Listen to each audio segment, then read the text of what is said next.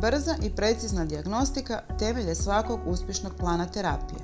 Ordinacija dentalne medicine Renata Ostojić ponosna je na svoj pristup dijagnostičkom dijelu terapijskog postupka, a stručni tim na čelu s doktoricom Ostojić s visokom stopom uspješnosti terapija svakom pacijentu vraća osmijeh na lice. Zašto je bitno pravilno postaviti dijagnostiku i kako vratiti osmijeh na lice pacijenata?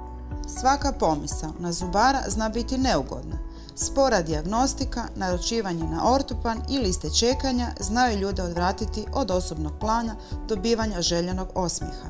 Ordinacija dentalne medicine doktorice Renate Ostojić omogućava vam napraviti sve na jednom mjestu. CT uređaj prikazuje strukture sa visokom preciznosti uz vrlo nisku razinu zračenja.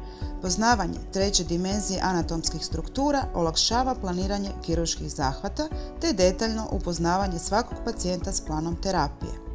Naručivanje na besplatni prvi pregled u mogućnosti ste u jednom danu dobiti detaljni plan terapije popraćen financijskim planom i potrebnim zahvatima koje dovode do savršenog osmijeha. Posjetite nas i uvjerite se i sami zašto nam je toliko zadovoljnih pacijenata poklonilo svoje povjerenje. Vaš put do osmijeha počinje ovdje, a vaše povjerenje naša je odgovornost.